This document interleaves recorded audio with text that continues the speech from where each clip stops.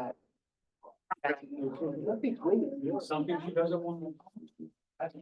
Yeah, he was. Oh, man, I mean, everybody loved it. well, see, the thing is, when they started doing it, he was telling me, he said, yo, I'm giving the guitar at the end of the month. I'm like, what? So if he'd have done it, he'd been retired, so then somebody else been seeing me, so that's why I said, well, I'll just hold My on. friend got it just over the line. You know, Yeah. when he retired. So what should I do in the future? They gonna miss him a month ago.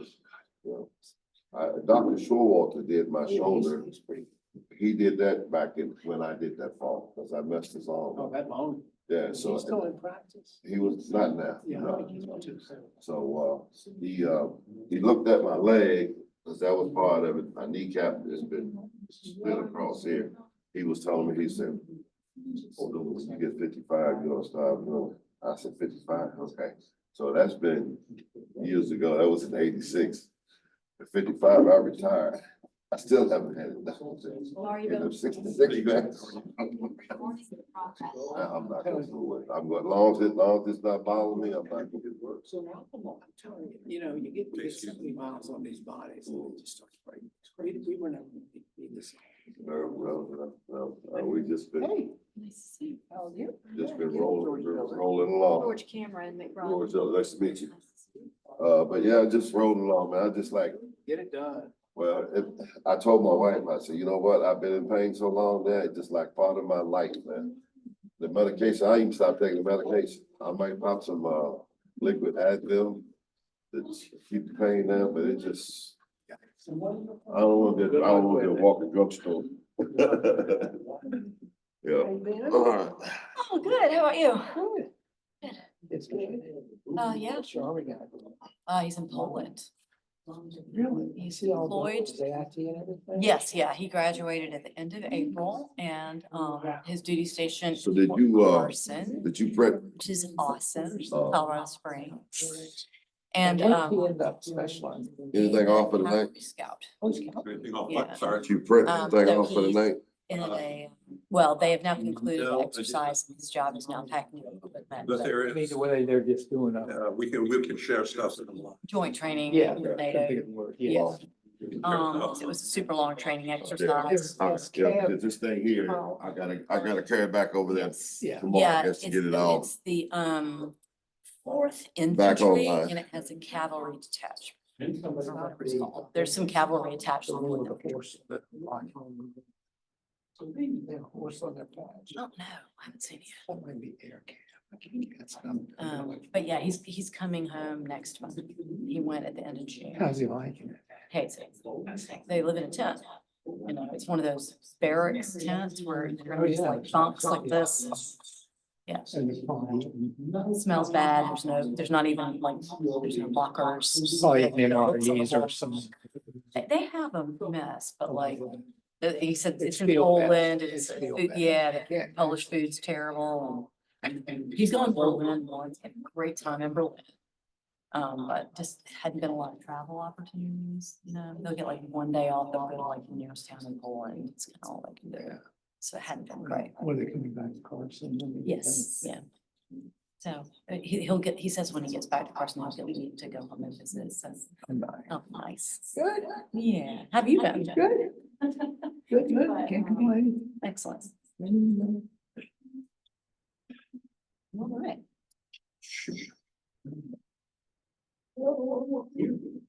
Here, come on, tell us. Hey, Keisha. Hey, Al. Hey,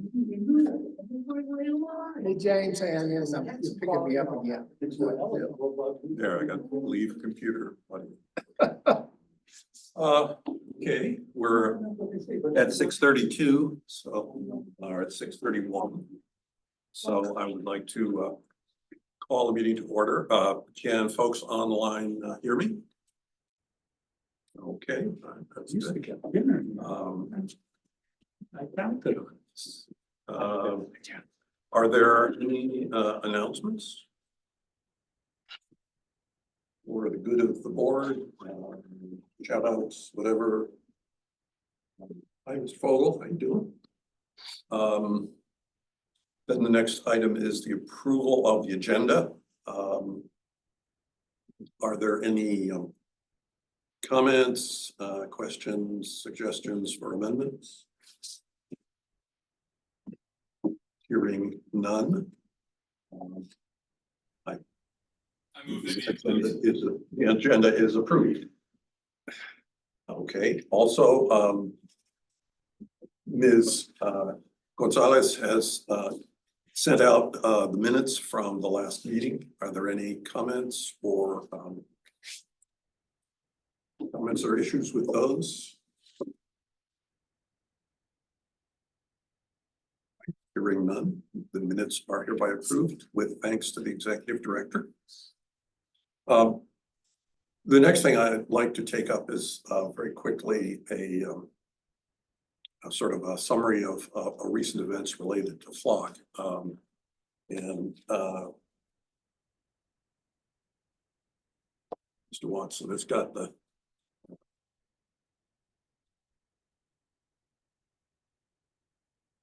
details here.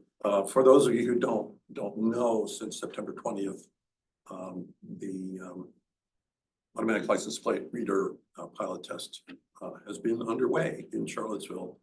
10 cameras located at entries to and from the city and locations that have been associated with vehicle related crime in the past.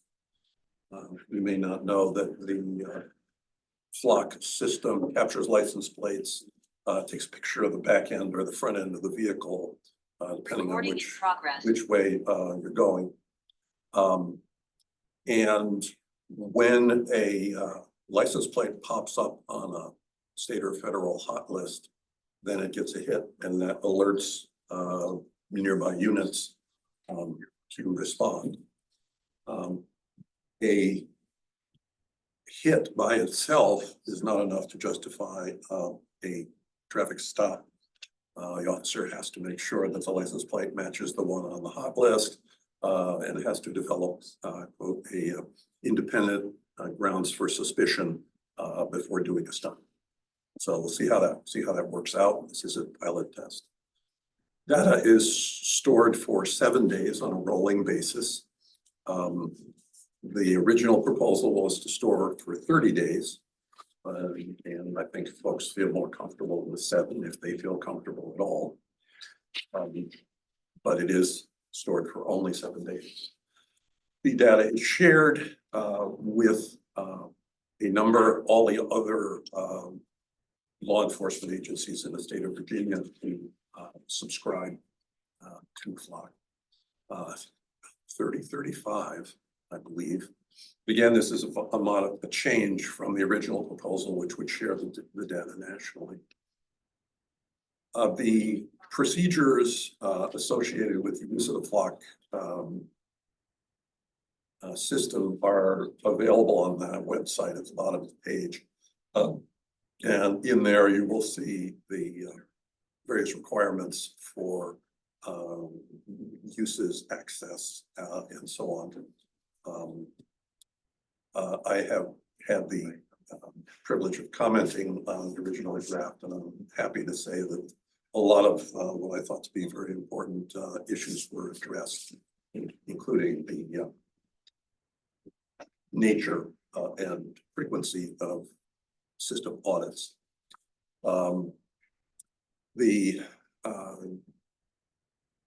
At this point, the procedure calls for monthly audits, internal audits by the Professional Standards Division.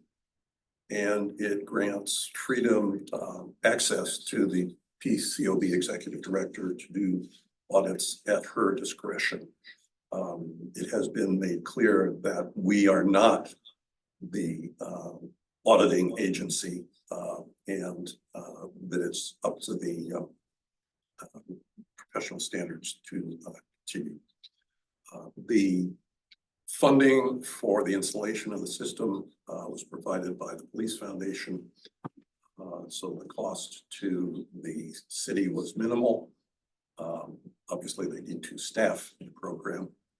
And in a year, they're going to provide, well, hopefully they'll provide quarterly reports, and then in a year, go back to the city council with a report and a recommendation as to whether the system should be continued. That's so you know, if you see these funny little towers on the street, this is what they are. Are there any questions or comments from the board?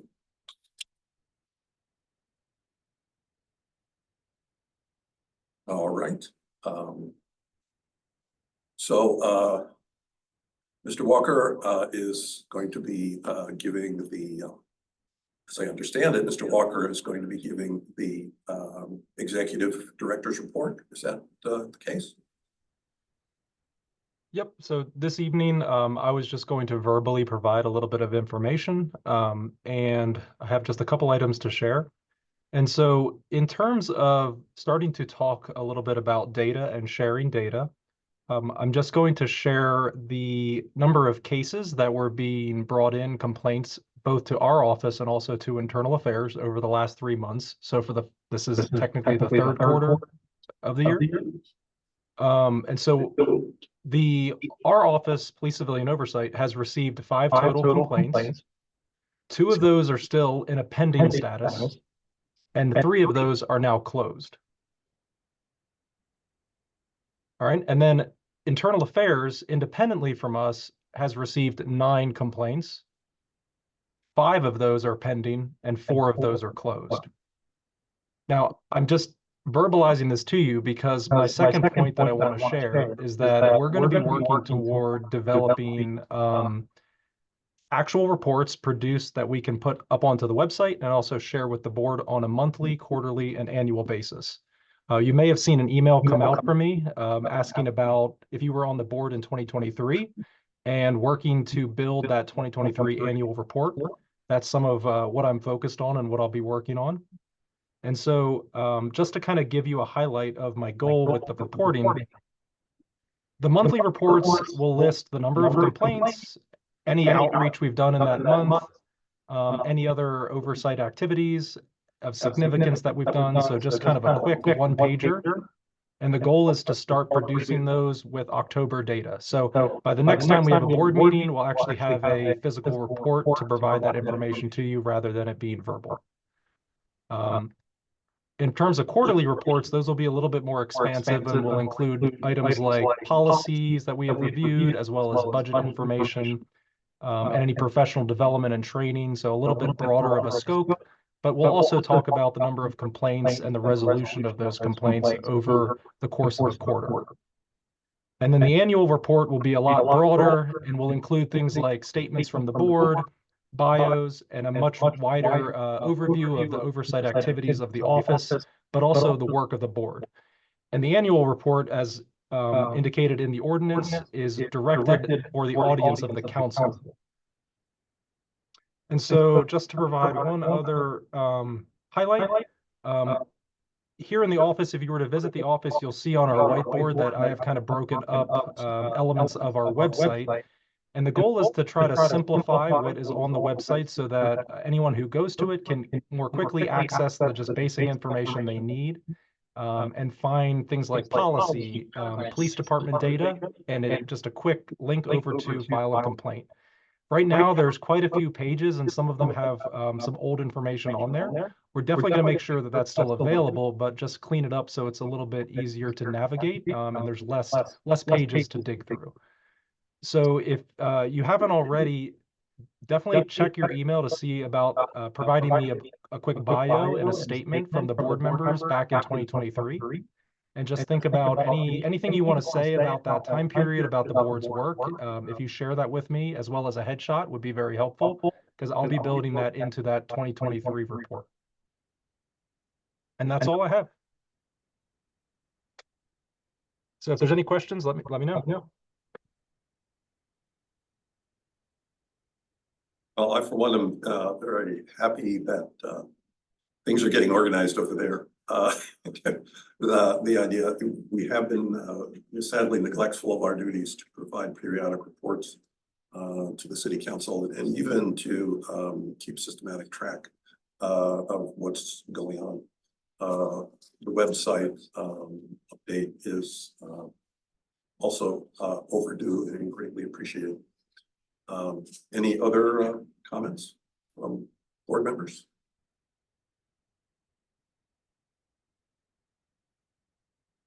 Okay.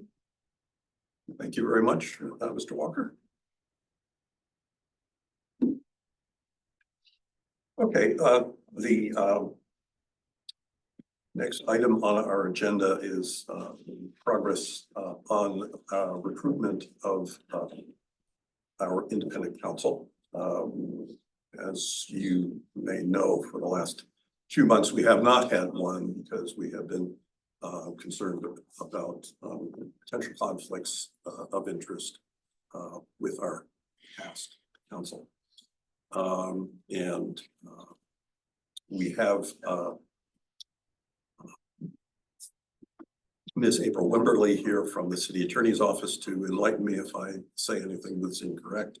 And by the way, we really appreciate her showing up and helping us out. Basically, the ordinance in one of those many sections that maybe should be amended to give us more flexibility requires that the board choose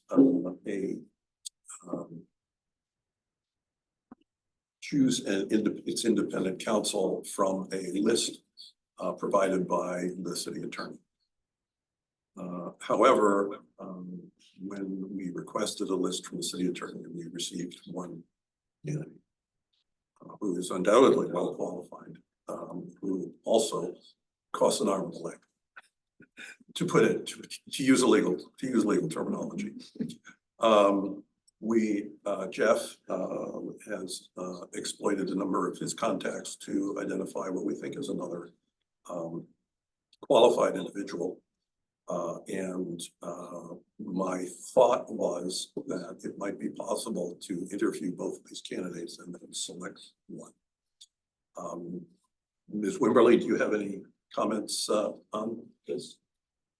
Sure, yeah. Thank you again for, oh, I don't know, can people hear her? can everyone hear me?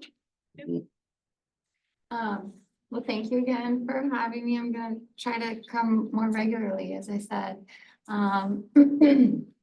And tonight I can answer any questions, but particularly I was gonna answer questions and kind of give you some feedback on the board legal counsel question, and then we might also touch upon the residency requirements for board members. But so regarding the legal counsel,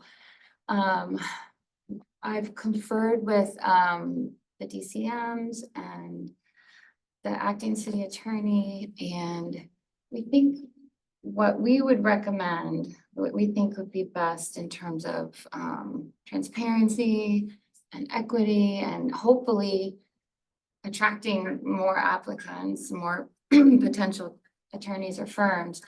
We would like for you to put out what's called an information for a request for information, or sometimes called a request for statements of interest. So it's similar to when we seek to procure services or goods, but this would not be a formal solicitation. We wouldn't be guaranteeing we're gonna end up contracting with one of these people, but it's just something that we could put out there into the community, perhaps advertise with, you know, the local bar, maybe some Virginia lawyers, publications, you know, some avenues like that. Maybe publish it for, say, 21 or 30 days, something like that. And then we, at the city attorney, could kind of preliminarily vet them, just say, you know, yes, they're barred in Virginia, or, you know, meet some minimum qualifications, and then we could provide you with that list, and then you could choose whoever, you know, interview and choose who you see fit from that list.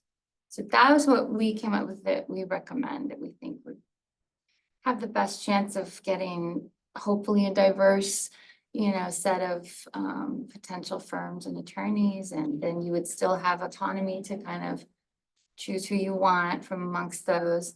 And in the advertisement, in the requests for information or for statements of interest, we could work together and in that advertisement, we could kind of lay out, like, here's what we're thinking the scope of work would be. We could even say, you know, here's the hourly limit cap, like we can't pay more than X amount.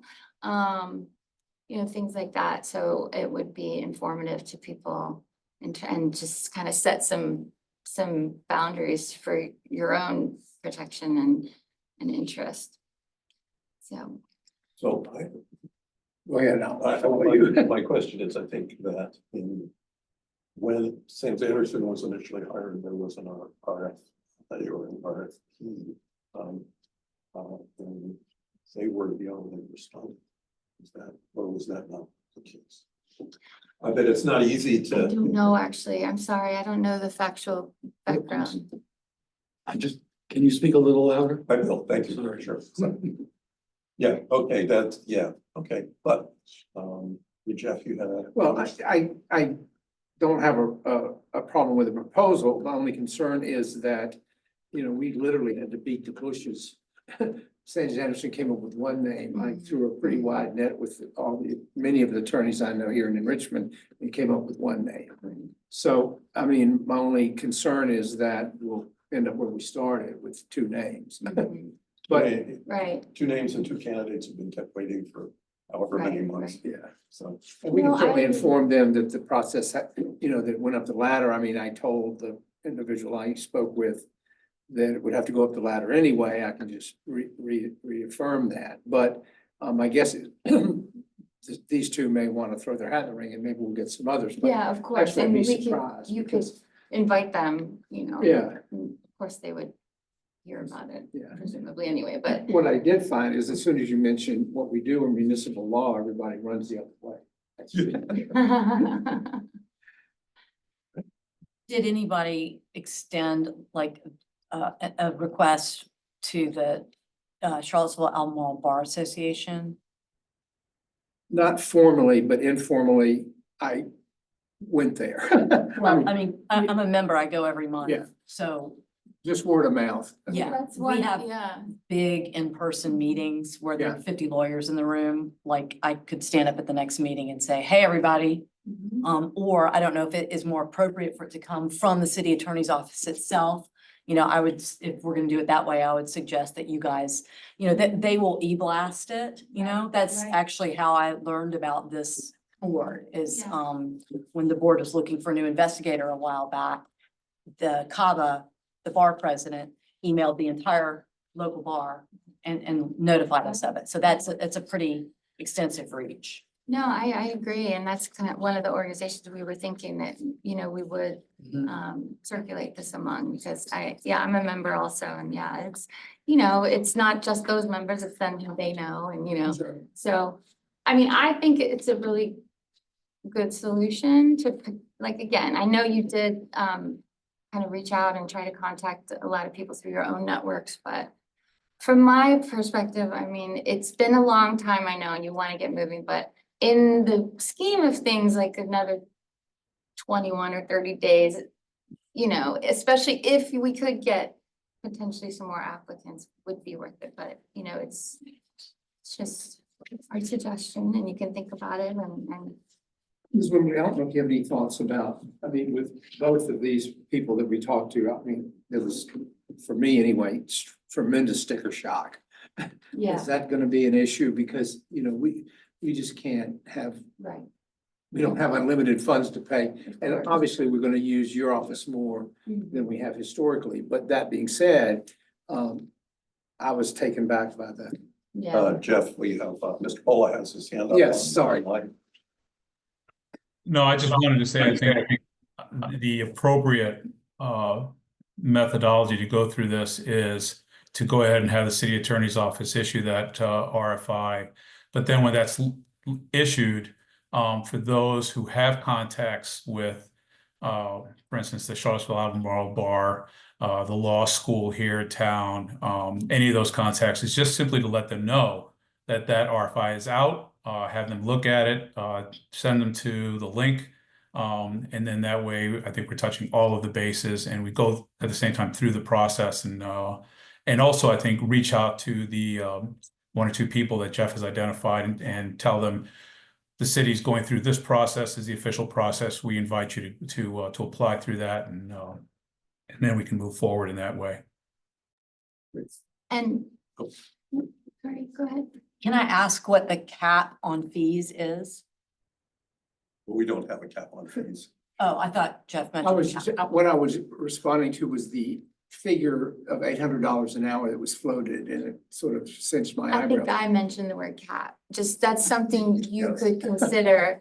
There's no, statutorily, there's no cap. I mean, it's just a matter of what's budgeted in your budget. I don't know those numbers myself, but you could, in that request for information or request for interest, you know, kind of put a cap in there and be like, or a range, or, you know, something like that to kind of set the expectation to begin with, like, look, we're not paying this $800 an hour. We Yeah, just can't. 800 is a little high for Charlottesville, Mhm. and it's a little high, especially for civic related service. And so I think it's useful, whether you mention the figure in the RFI or not, to explain that the rate that we'll be able to pay will be commensurate with the fact that it's not pro bono work, but it's, you know, it's a civic contribution in addition to being paid work. So it's not going to be at their rack rate. You want to get the public sector rate. And I, Yeah, right. exactly. And I think I think with this process, you know,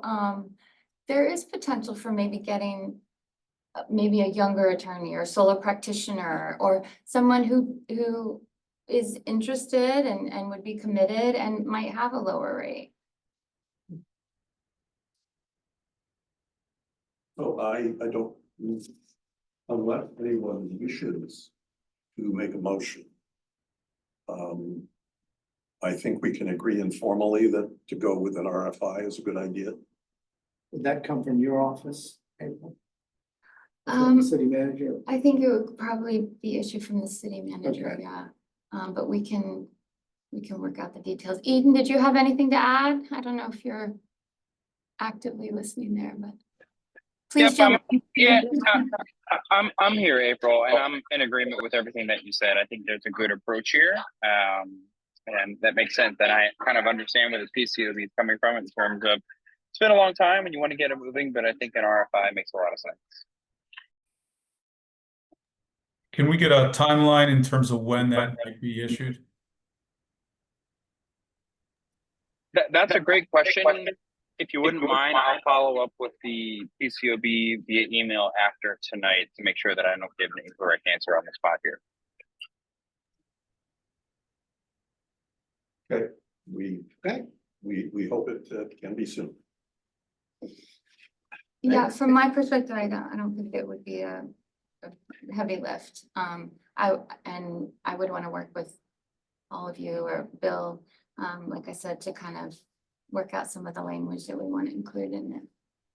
And there's no problem letting the two folks that were sort of out there to know about the process, and No, not at all. It's not a solicitation where, you know, we're bound by some of these procurement rules as it, you know, it's gonna necessarily end in the contract, so. All right. Thank you.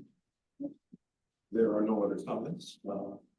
We will move on to amendments to the enabling ordinance, and Mr. Walker, if you could put my slides back up. As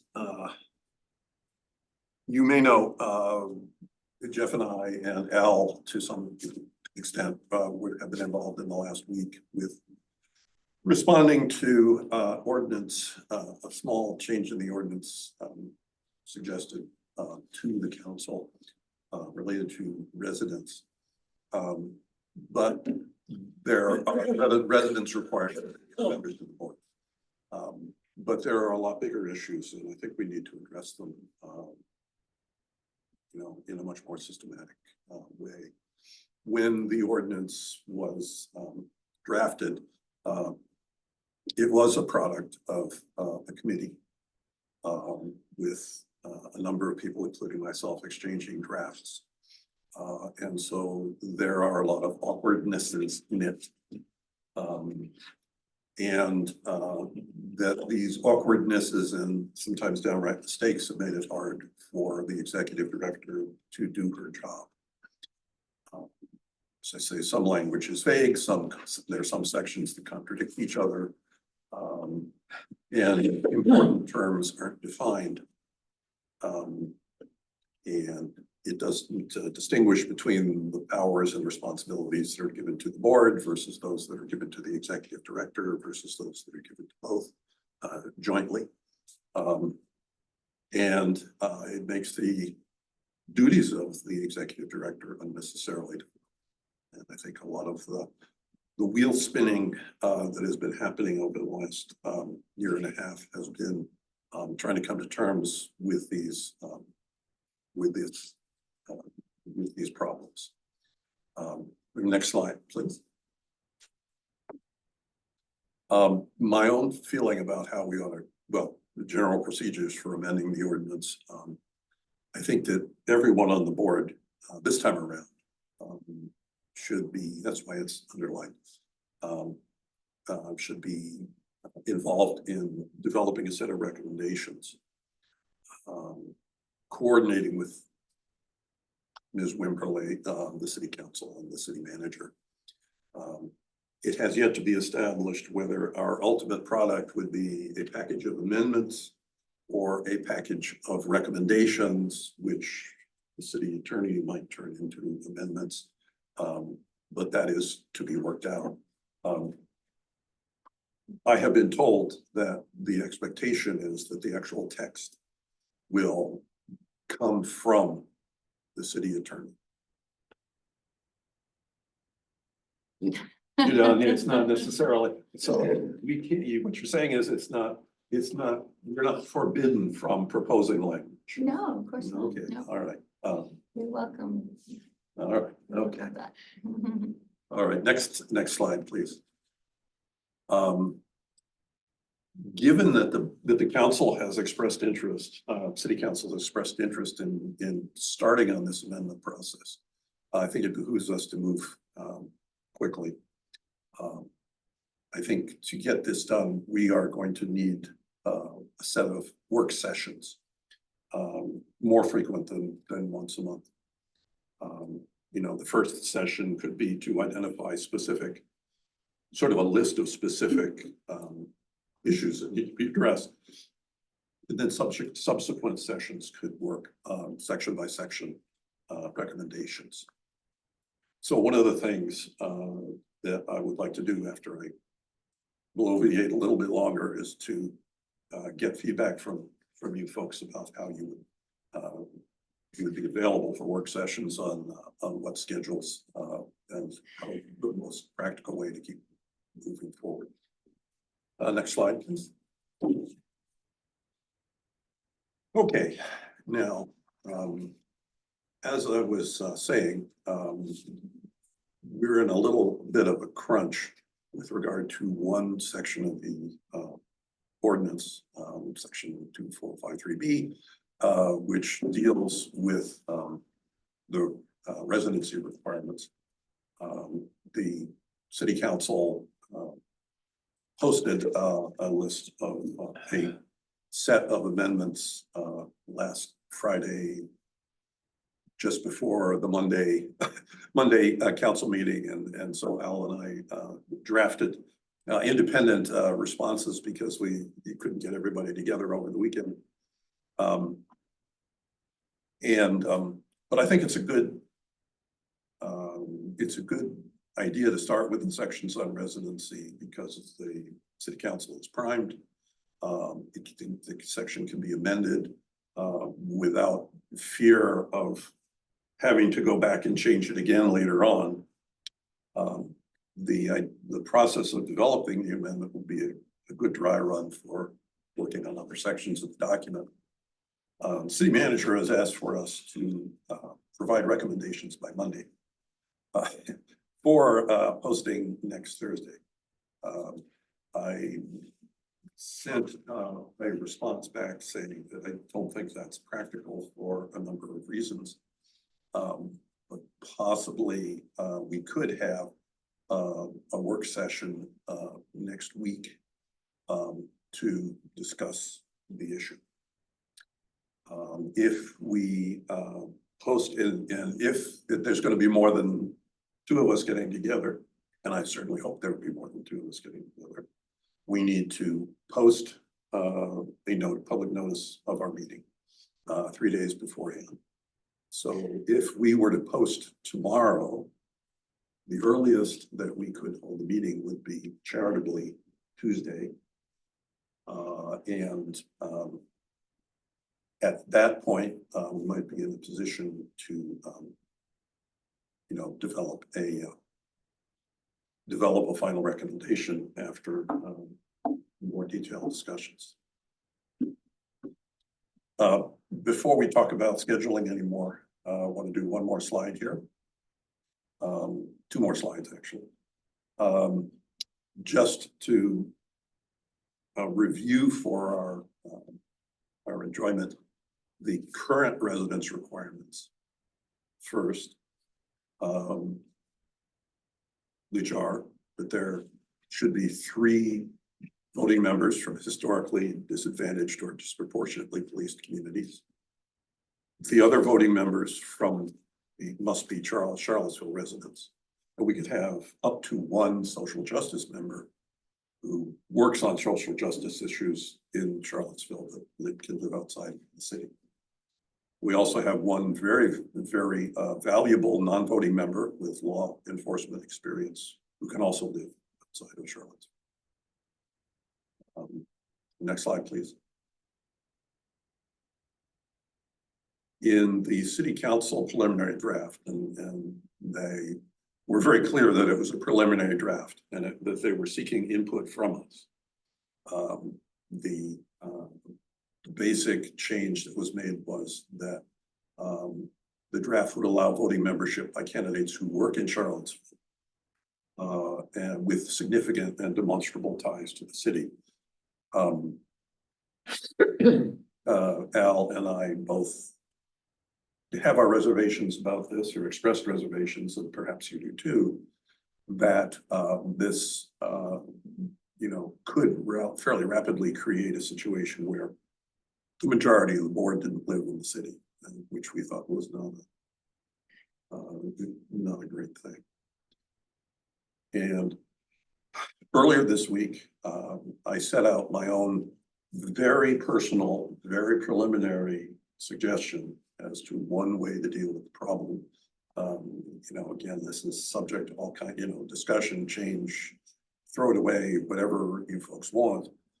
But my idea was to have 3 tiers of members when the city council is considering appointing members. First priority to residents of historically disadvantaged, disproportionately policed communities. If, and only if, there are no volunteers from that group, the city council should consider other qualified residents living in Charlottesville. And finally, if there aren't any qualified residents in either of those groups, the council might consider residents of Albemarle County who are employed in Charlottesville. And there would be one little caveat at the end, is that the city council should try their best to make sure that the majority of voting members are residents of Charlottesville. Lots of stuff here to think about. And I do my own thought on the best way forward is for us to take the weekend to consider this, generate comments, and be ready to discuss them in a work session next week. And in that way, we could generate the recommendation fairly close to the time if the city manager has asked for it, and demonstrate that we can actually work together to generate amendments to the ordinance. So, before we talk about scheduling anything, is there any, Mr. Chair, I'm wondering why we just can't do that tonight. well, that's, We have a quorum. that's an option. I mean, I'm I- not saying anything there that I think is too controversial. Well, I've heard from other members of the board who, or I have heard from other members of the board who expressed reservations. Well, that, we can discuss it. Yes, we tonight. can discuss it. I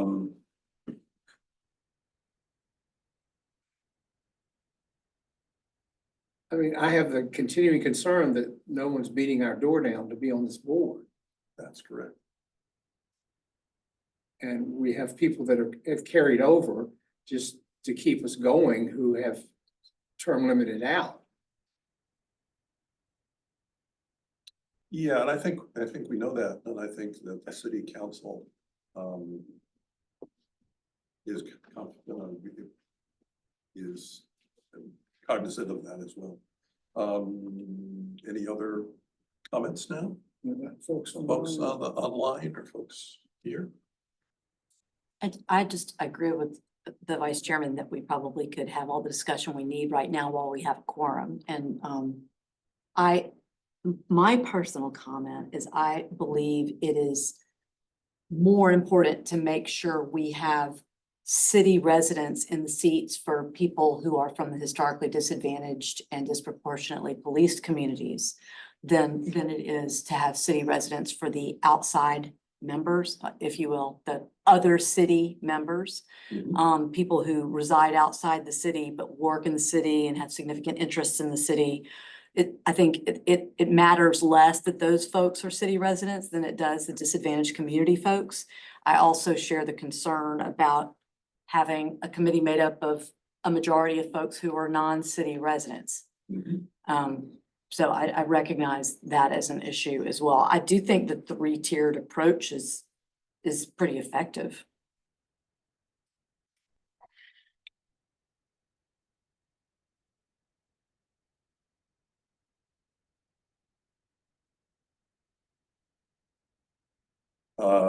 Any other comments, questions, objections?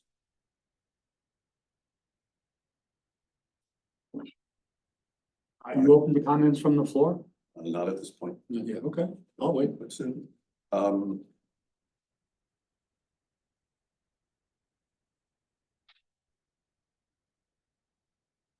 just trying to think, we probably need to formulate a motion. And how we would formulate the motion. A good way to do that is to read into the record the language that you, specific language that you want to adopt. So if there is someone who wishes to introduce such a motion, and they would read the language into the record, and then we could debate and vote.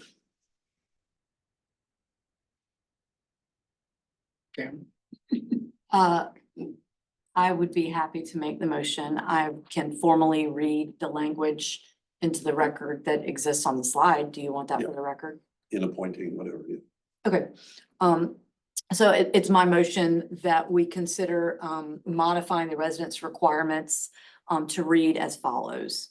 In appointing members, the city council should give first priority to residents of historically disadvantaged and disproportionately policed communities. Second point, if there are no volunteers from the preceding group, then the city council should then consider qualified residents of the city of Charlottesville. Third point, I'm gonna modify slightly from what is on the slide. If there are no qualified candidates from the city of Charlottesville for the second group, the city council may consider residents of Albemarle County who are employed in the city of Charlottesville and have significant interests there. Fourth point, the city council should endeavor to assure that the majority of voting members of the board are residents of Charlottesville. Second, Any comments, questions?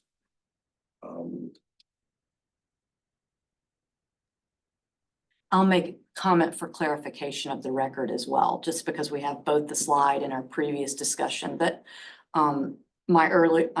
I outlined my motion pursuant to my earlier comment, which was we should consider residents outside the city for the at-large members, but not for the historically disadvantaged members because of the importance that those folks be city residents.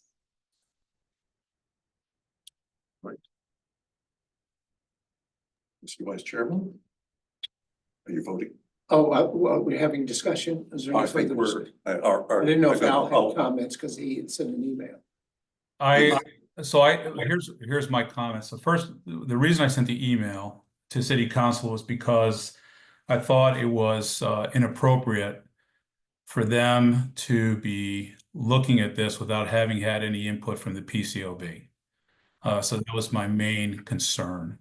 That was addressed. I did receive an email from Councilor Michael Payne that I appreciated and said that that they were just simply having discussion and they welcomed input from the PCOB as part of that discussion. So I think that was addressed.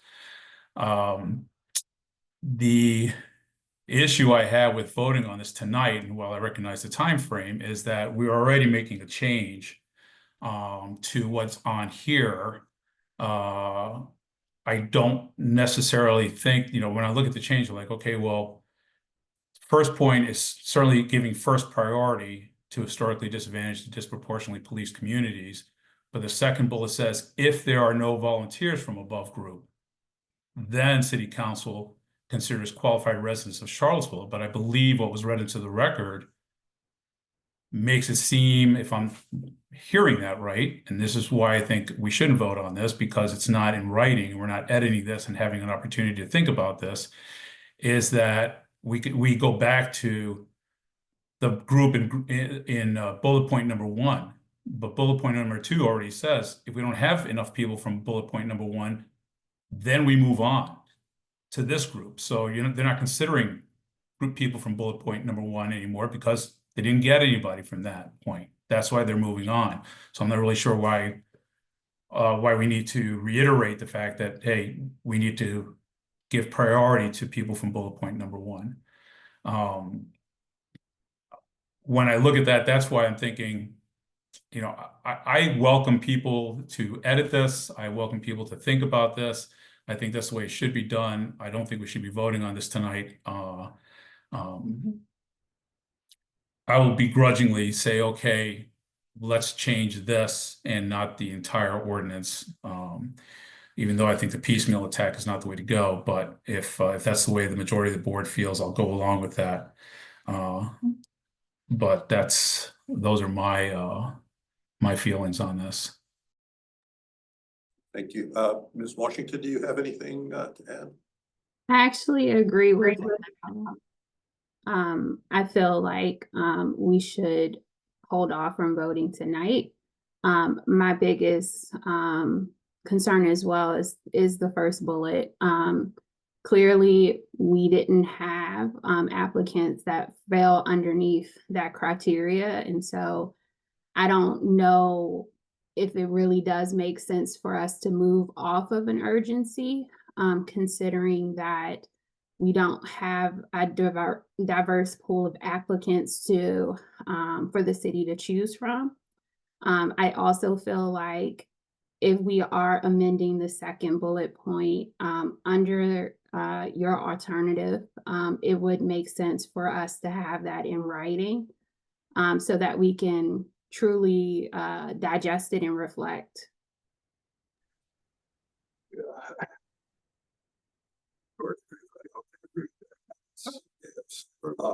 The question I have is for the folks who are having reservations. If the motion were the precise language in these bullet points, would your objections be addressed?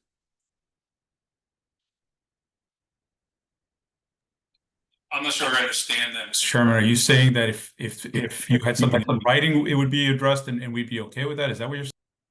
I'm saying if the if the person who introduced the motion were to amend it so that it precisely followed the language in the slide, would that be okay?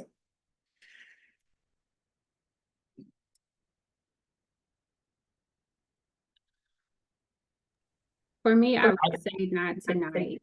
Yes, I agree with her. I think I'm in agreement with Keisha. I think I still have the same reservations about having an opportunity to really think about this and digest it and then offer some suggestions. I mean, it may be that after thinking about this and looking at the precise language, I would be okay with it, but I've learned that most of the time when I'm presented with something and I'm asked to read it and vote on it right away without a chance to fully think about it and digest it and see what issues may come up of it, that's never worked out well. And I think especially if we're looking to amend an ordinance that is rife with inconsistencies, I think that if we're looking to amend at least a section of this, that we get it right the first time. Okay.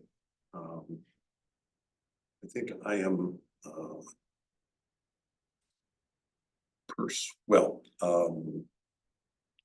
now we can move on to a vote on this, or this motion can be tabled. And if the person who introduced it wishes to table the motion until our meeting, then I think that's all we need to do. I think we're done. Yes, it should be Good talk, tabled. Could I ask a question of Yeah. Mr. Pola and Ms. Washington? Al and Keisha, could you just clarify your concerns? Because I'm not getting it. Okay, so, well, Keisha, if I can go first.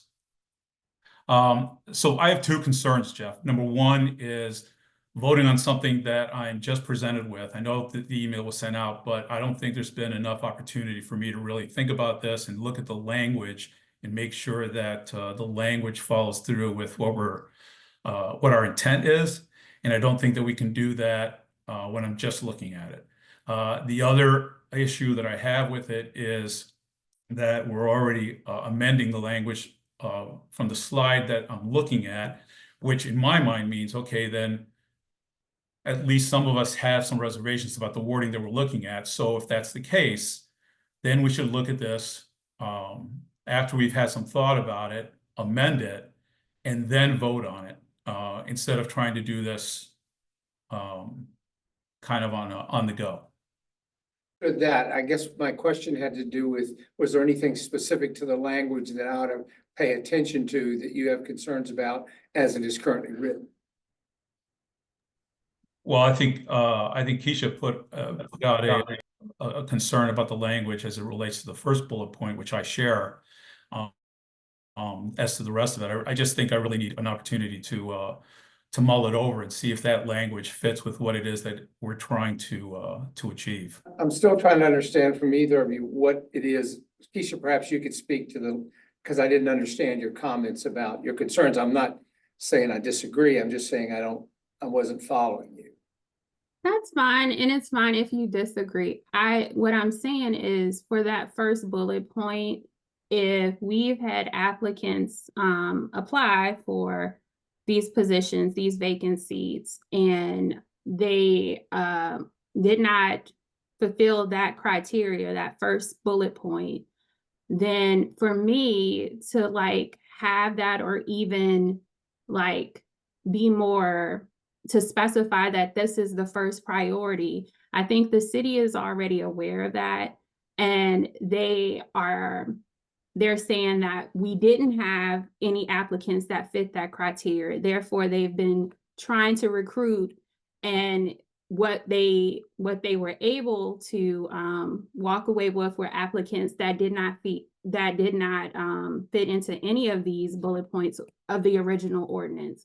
And so for me, it's fine to like specify that we want, families that are from historically disadvantaged and disproportionately policed communities.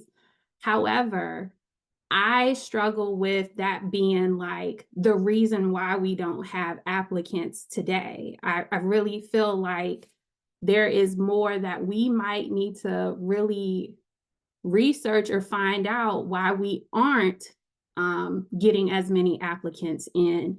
And that's why I feel like we shouldn't make a vote on it, because over the weekend or whatever, we might discover that maybe it's the outreach efforts, or maybe people aren't really aware of what PCOB does, or maybe it's not being advertised. There are so many factors that can go into that. And I just feel like to prematurely vote on an ordinance and it really not solve the problem doesn't really sit with me. Okay, understood. Thank you. Yeah, and I've gotta say that was quite frankly surprised when people thought perhaps it would be okay to vote on this, because it really is a very crude first effort. And I think Mr. Pola's idea that thinking fast is not always thinking accurately. And that, so, go through this and see if you can come up with any, I think we really need to research just a little bit long, just a little bit more before we make a vote on and it. in fact, someone might come up with something entirely different between now and next week, which would be fine. And in fact, to address the point that Lakeisha made, that there was a very soft mention of potentially allowing funds for childcare for folks, members of the board. I have no idea how far that would go. But if you want historically disadvantaged people to come and they don't have anyone to take care of their kids, this could help. Anyway, so really then what we need to do is go on and schedule our work session. My thoughts would be to towards this time of the evening, next Tuesday, Wednesday, Thursday. May I ask a question, please? Sure. You mentioned it has to be 3 days for appropriate notice. Yeah, Is that 3 business days? well, That would have to be within 3 business days. Well, because Monday is a holiday, and Yeah. if you're trying to observe a 3 business day rule, I'm not sure Monday counts. so Wednesday or Wednesday. next Wednesday or Thursday, I think Wednesday's the third day. It'd have to be Thursday, after Friday, Tuesday, Wednesday. so Wednesday, Thursday. I should know off the top of my head, but I can remember, so I'm just looking. It's 3 days, Friday, Tuesday, That's Wednesday. 3 days, so yeah, you got Friday, Monday's a Tuesday. holiday, you got Tuesday, Wednesday. So Wednesday, could Thursday's be the first your day. deadline. But can I also remind you that, of course, you don't have to do it through a work session. If council really does want to move on this on the 21st, and you ideally need to get it in to be on the agenda, you would need to get it in, I think, by Monday, right? I know that's short, so I'm not opining on anything like that, but you could, talk in smaller groups. It's not a quorum. You could discuss. Is an email exchange exempt? No, it's not exempt unless it meets some other Okay. exemption, but not just, but at the same time, it's not considered a meeting. Well, It's a record, but it's not a meeting, so you Couple can of things. discuss it by email.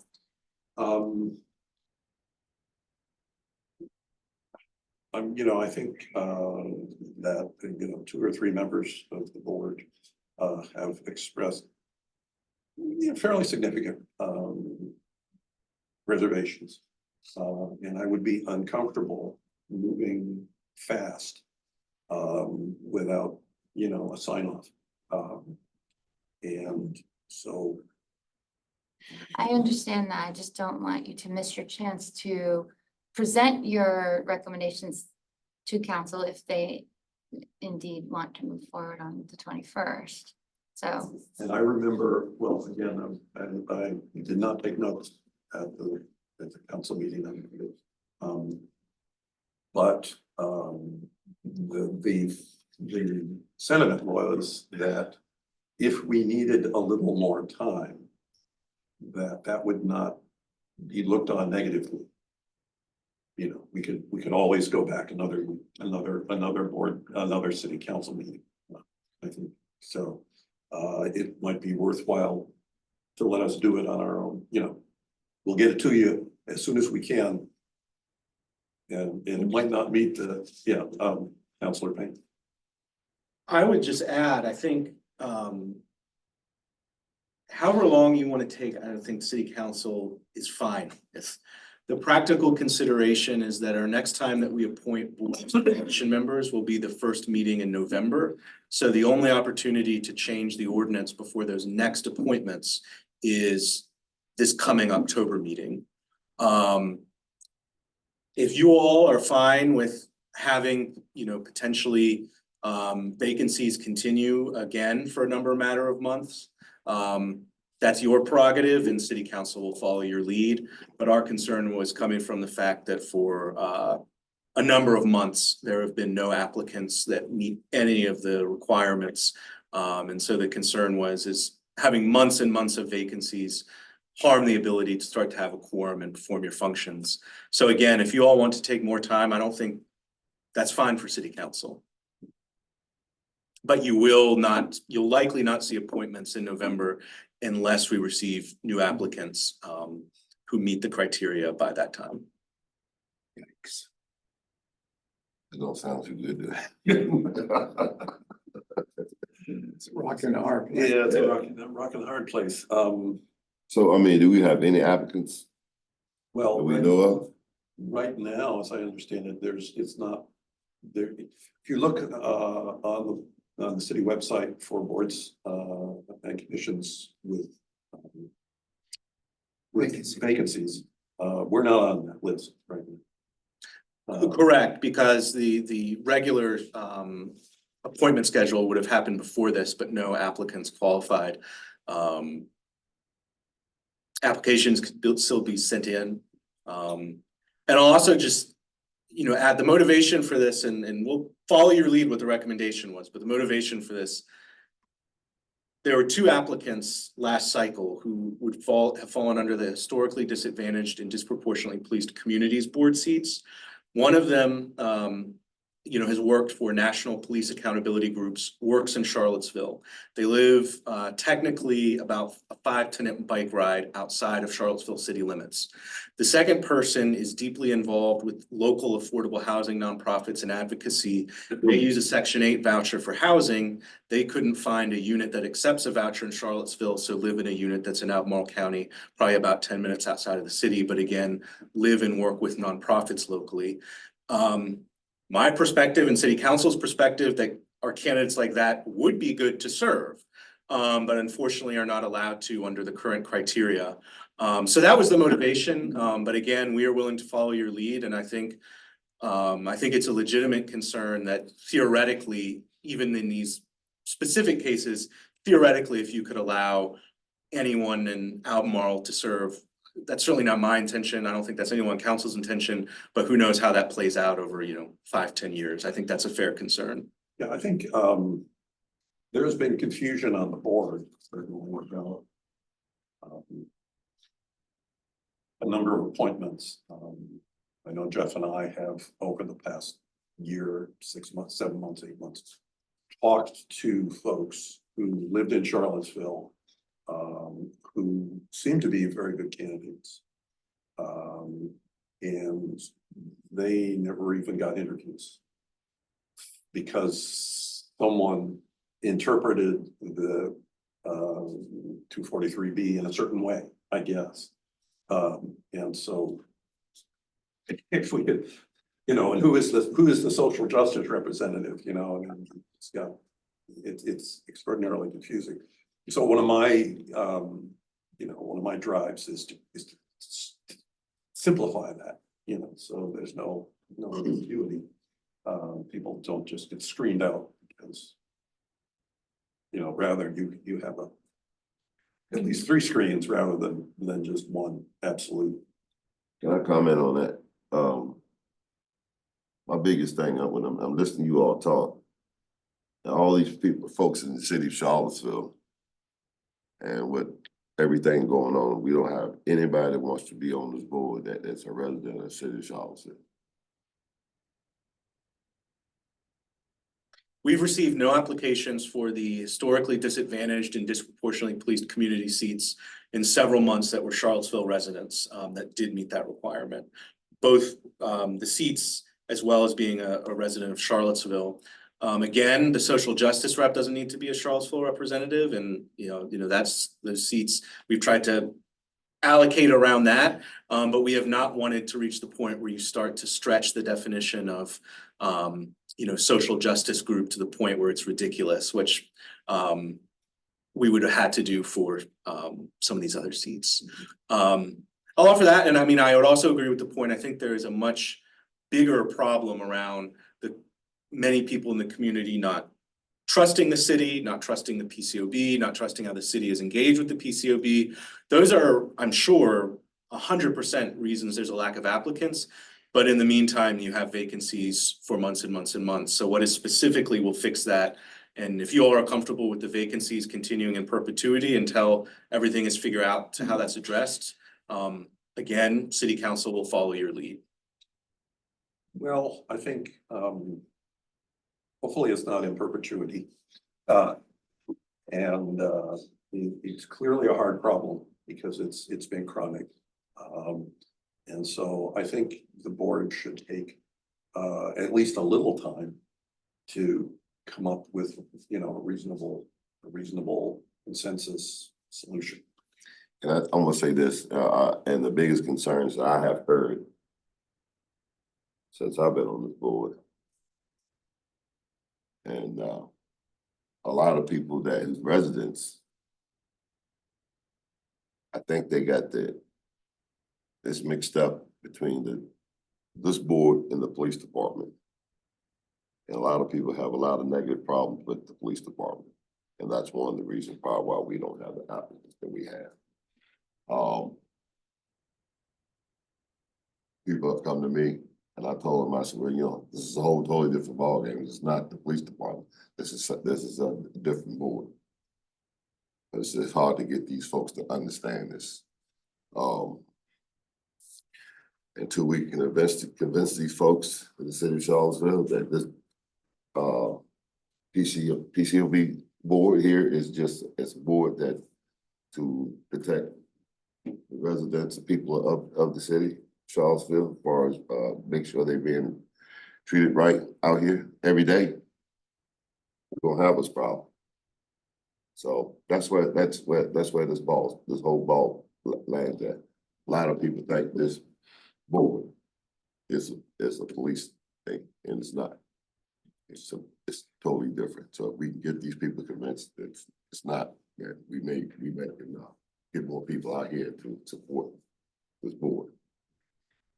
Councilor Payne, if we miss the November appointment, when's the next one?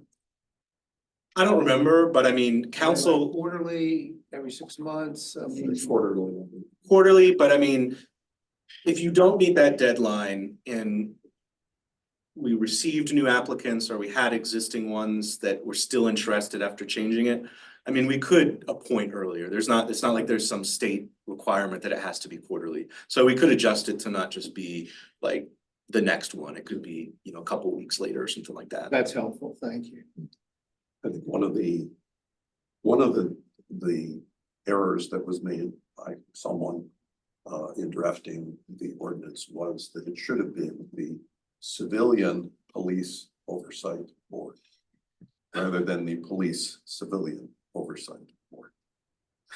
Because having police first, It does ring a bell. and it's just Red flag. Yeah. Anyway, So I'm thinking that we still need a discussion on we need to come up with a recommendation on this issue soon.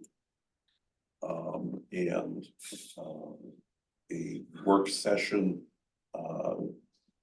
it will be a useful exercise, because as we move forward, we will need to have other work sessions. Can we support a work session next week? Mr. Chairman, can I ask two questions really quickly? Sure. The first question I wanted to ask was in addressing, or that's not really the right word, advertising for the open positions. What kind of advertisement was done for residents of historically disadvantaged and disproportionately policed communities that let them know that these positions were open? Well, I can, I know that our chair could answer, our executive director could answer this question too, but every time in the last year, certainly, that such an announcement has been made, we have reached out to LAJC, Abundant Life Ministries, FAR, and other groups that have historically represented these communities, and the effect that has not been what we would have liked. So, I mean, that's the simple answer. We could certainly advertise more. Mr. Chair, in addition, we've done half a dozen or more community fairs, outreach fairs. We've had booths, and at those events are approached by lots of citizens, and we let them know and solicit, applications. And again, that has not borne fruit that I'm aware of.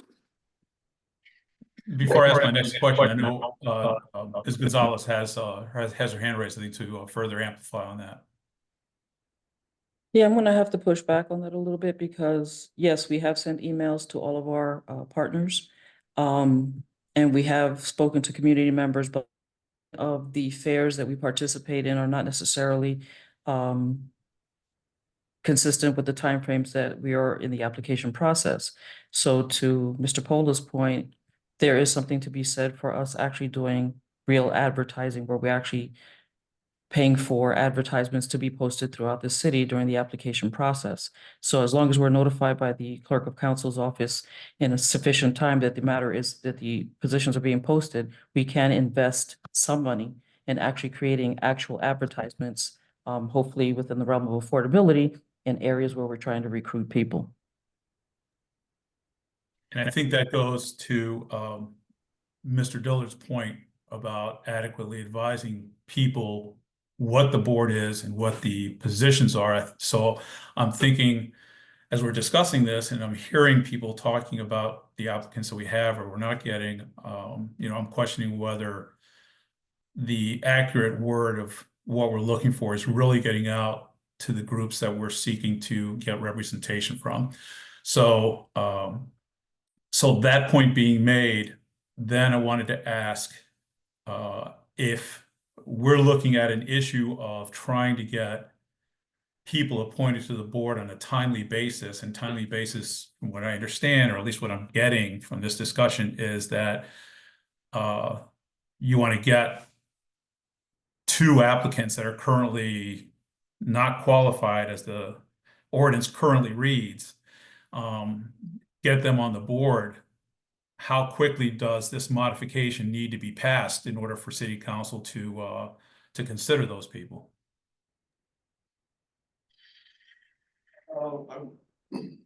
Thought struck me, and that is that and based on the discussions that I've been hearing in the last couple of minutes, the best short-term solution is advertising.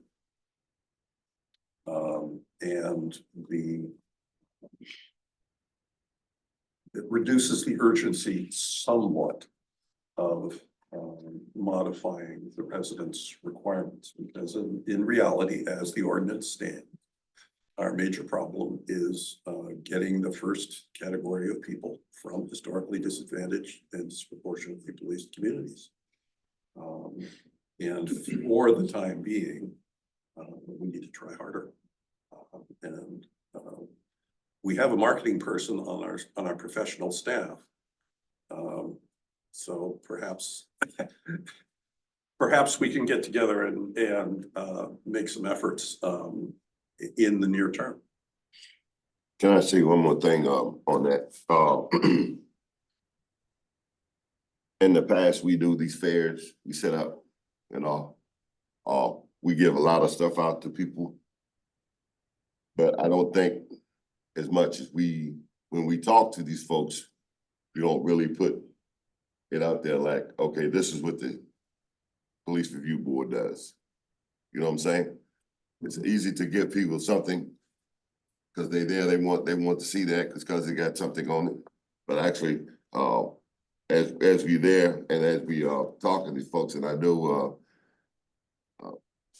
our director, she does everything, you know, hard to try to put it out there for this. But we are the folks on the board that is help working these things. We need to talk to the residents of the city of Charlottesville more than just say, hey, here you go, you know. I know it's getting toward the end of the year. Little bit of pushback to Mr. Dillard's point. So, and first of all, let me make it clear, I'm not going to suggest to the board that you do or not do what it was asked of you in terms of this ordinance change. You all do what you see fit. I will say to you that, to Mr. Dillard's point, I am one person at a fair or event. Only recently has Mr. Walker joined my team to assist me, and we have in fact been trying to make people aware what it is we're doing. We have a lot of conversation. He and I have been out there in the community, but again, we are just two people trying to do the work of quite a few. So maybe it wouldn't be a bad idea to take a page out of the Chief of Police's book and pick a community that we want to walk in that community and distribute the information, applications, or whatever have you, so that we can meet the people on their level at their locations and say, hey, this is what we're looking for. Is anyone interested? But it can't just be me, James and I. It's going to have to be an effort from at least several members of the board to go out there and make an honest effort to recruit. Agree with you 100% on that.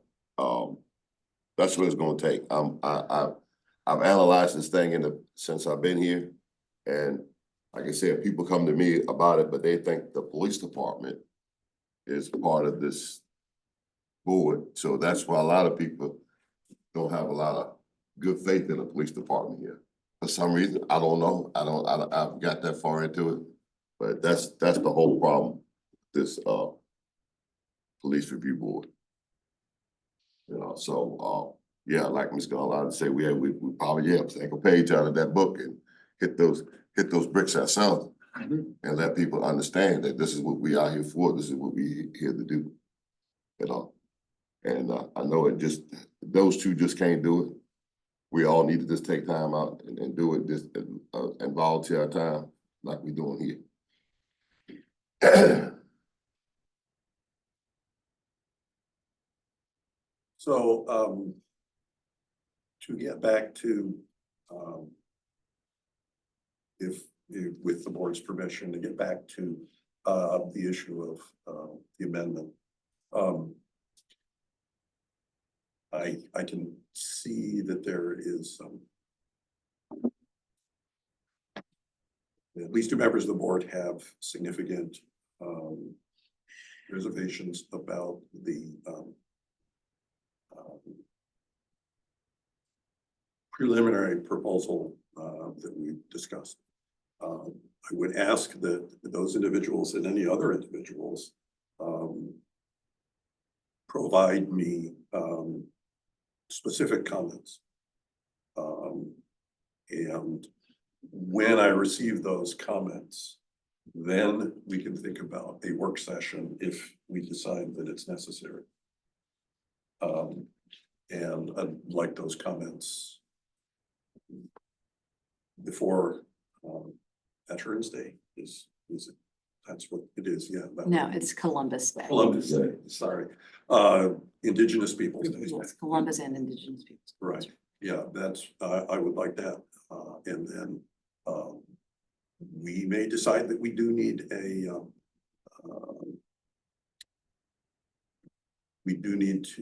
work session. I think we all understand that we need to do a better job of outreach. Are there any other questions or comments? Yes, Mr. Chair, if you receive those comments and reformulate the proposal, is it possible then just to disseminate it and we can then decide whether we need to meet to further discuss it? I mean, can we come to a consensus that way?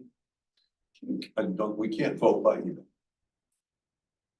No, you can't take a formal vote by email. You can certainly, exchange different language or proposals and discuss them on.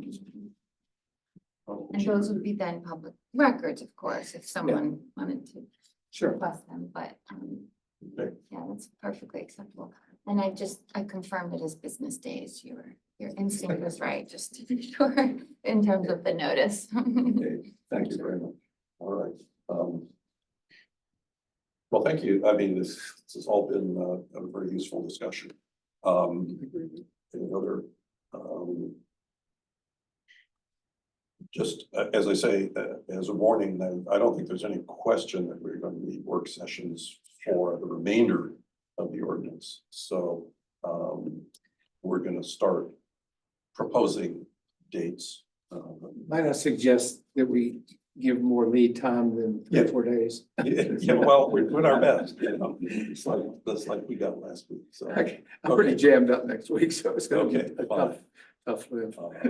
But we will put ourselves in first gear and pretty sure you're doing second and third. Sounds good. So we are talking about, Mr. Chair, meeting Wednesday. Not necessarily. Okay, all right. I just wanted to be no Okay, lights. what I would do, what I propose to do is get email comments from members of the board, integrate them, and make a recommendation as to if and when we need a work session. Okay. Well, Okay. okay. That is a possibility. Yeah, absolutely. Okay, I'll keep that open. And it may be, we may certainly miss our deadlines, obviously, so. Okay, Nothing precludes us meeting on Zoom, does it, Mr. Chair? I think we're allowed to have up to 3 Zoom meetings even. Or- Not bring my FOIA materials to me. Don't take this as 100%, but I'm pretty confident there was a recent change in state law where you can have up to 25% of meetings a year be virtual, but you have to pass a internal policy approving that, and no virtual meeting can be back to back. Okay, Okay, that's exciting.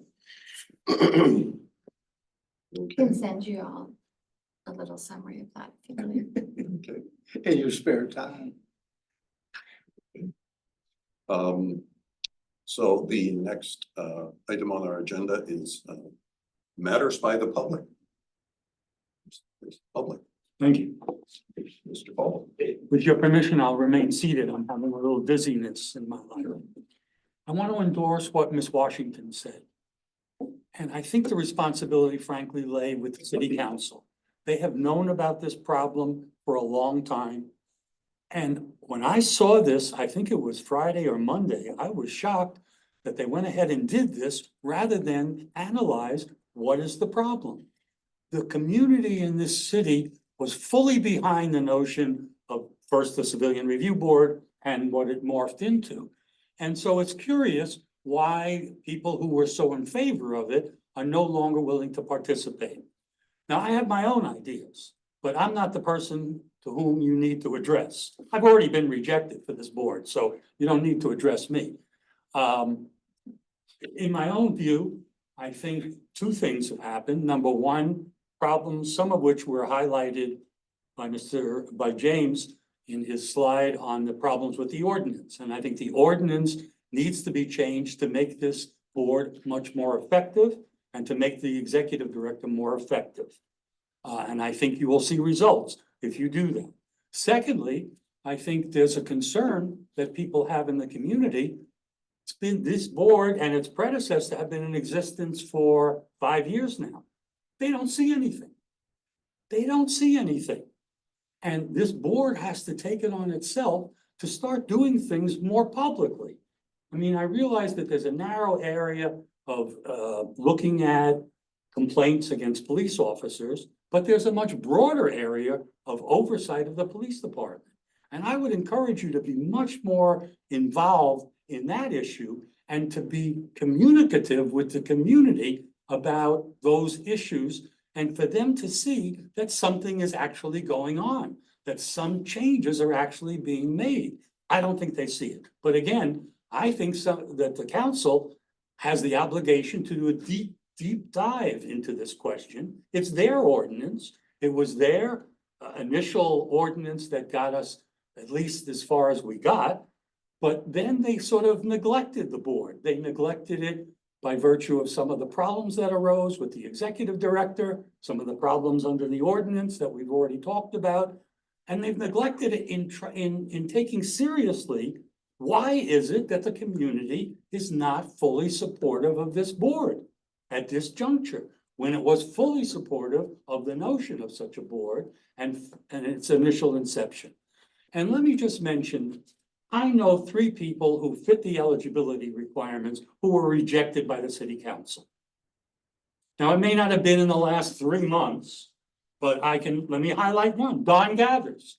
Why would Don Gathers, who meets all the eligibility requirements, the former chair of the Blue Ribbon Commission on Monuments, somebody who's a devoted member of the community and a deacon in his church, why would he be rejected? Now, they won't tell you, but it also points to another factor, which is that somebody from this board, and perhaps the executive director as well, should be participating with the city council in interviewing prospective candidates so that we don't have a problem like a person like Don Gathers being rejected, even though not only does he fit all the eligibility qualifications, he is very highly qualified.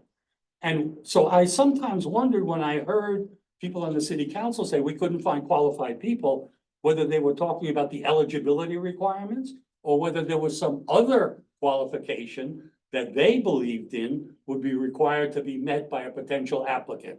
Perhaps subjective, perhaps political, I don't know what it is, and they're not going to tell you. But I think it points to the fact that you all need to be involved in that process. And the city council, and I think that this board really has to get on the city council that has the resources to do a deep dive into this community and find out why this is happening. I think it's not only going to help you in terms of the operation of the board, it's certainly going to help in terms of being able to solicit new applicants. And of course, in the short run, the city could have done something simple, which was to just lift the term limit requirements. And that would have solved the problem in the short run. But they decided, I don't know, maybe they didn't want either of you to continue on this board. Maybe that was part of their notion. But it shouldn't come down that way. So that's what I came to share. Thank you. Can I ask that speaker just to identify themselves so I know who was making these comments? It wants to know who you are. Oh, I don't know what you'd like to know about me. My name is Jeffrey Fogel. I'm an attorney. I mostly handle civil rights cases. I'm a former candidate for Commonwealth Attorney in the city of Charlottesville. I got 40% of the vote in 2017. Fortunately, the person who opposed me and got elected is a wonderful Commonwealth Attorney. Yeah, no, I appreciate it, Mr. Fogel. I just didn't know who you were. That's all I wanted to know. Thank you. Okay. Let me, one thing I missed. I hope you understand how bad this proposal from the council could be. If you merely have to work in Albemarle, we could have people on the board who live in Greene County, Nelson County, or even Washington, D.C., who actually work in Albemarle. And that's how bad the wording is. So if you're gonna go that route, you've got to make sure that we're not getting people from far-flung areas just because they work in Albemarle. Councilwoman. Yeah, I would continue in the spirit of discussion. I mean, much of that I do actually agree with. I would, I guess, just offer in addition. It is true, an applicant needs a majority support of city council. If that doesn't happen for whatever reasons, that's always going to be a factor. The last application round, that was not the case. If you're thinking about the full history of the PCOB, that is accurate, but not the most recent application round. And the issue of why people are not applying for boards and commissions is something that the city council has talked about for years at this point. It is true that decisive action to address it has never been taken, but it's something that's been discussed and seriously thought about for at least 4 years. And I'll just offer another example outside of the PCOB, the Charlottesville Affordable Housing Fund Committee, which is appointed by city council and makes the first recommendations for what affordable housing investments we make. That is a board which also has seats that have requirements that the member needs to be from a disadvantaged community or a direct recipient of affordable housing programs. It's now been over a year where no applicants meeting those eligibility requirements have applied. I personally think that is not likely because there is some sort of desire from the city council to not have it filled. But we have a number of board seats that have those requirements. In that case, we reached out to organizations like FAR, CRHA, city council's personal contacts to solicit people to apply, but nobody did. Other people did apply for boards on the CRHA board, CDBG, but those people were like, I'm already on 2 or 3 boards. I'm not going to serve on 3 or 4. I just don't have the time to do it. All of which is to just say, I think this is a structural problem. I think the way to address it in part that the city council has discussed is paying members of boards and commissions, trying to change meeting times, providing childcare, food. When that will happen, I don't know. I think the city has also realized that in order to meet some of these board seats, as others mentioned, there's no way around. We're probably gonna figure out a way to canvass in neighborhoods, meet people one-on-one, set up one-on-one meetings with people and engage deeply. But the city does not currently have the capacity in our clerk's office or the communications department to do that. We can always advertise and hire a new position to do it, but I just offer that all of that will take some time, and how quickly you address that will fill in the seats. We will follow your lead and happy to continue the conversation. Phone, person, over email at any time with anyone in this room. Thank you, and thank you very much for coming. Thanks for attending, yeah, Appreciate it. and thanks, Ms. Wimberly, for attending. Mr. Trail, is there anybody online, any hands raised or? Any more comments here? No.